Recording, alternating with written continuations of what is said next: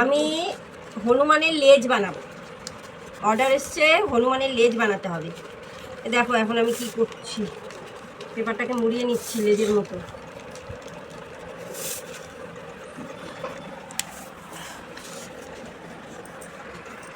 হয়ে গেছে, এখন একটু আঠা লাগাতে হবে। এই দেখো আঠা লাগিয়ে এরকম হবে, দুটো বানাতে হবে। এই একটা রেডি করেছি, এই একটা থাকবে না এটা। এবার আমাকে এটা মাপ দিতে হবে। কাপড়টা এটা হবে,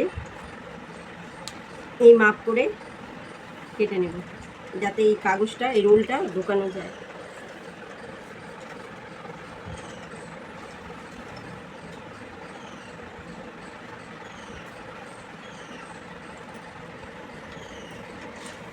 এবার এই মাপ করে কেটে দিব।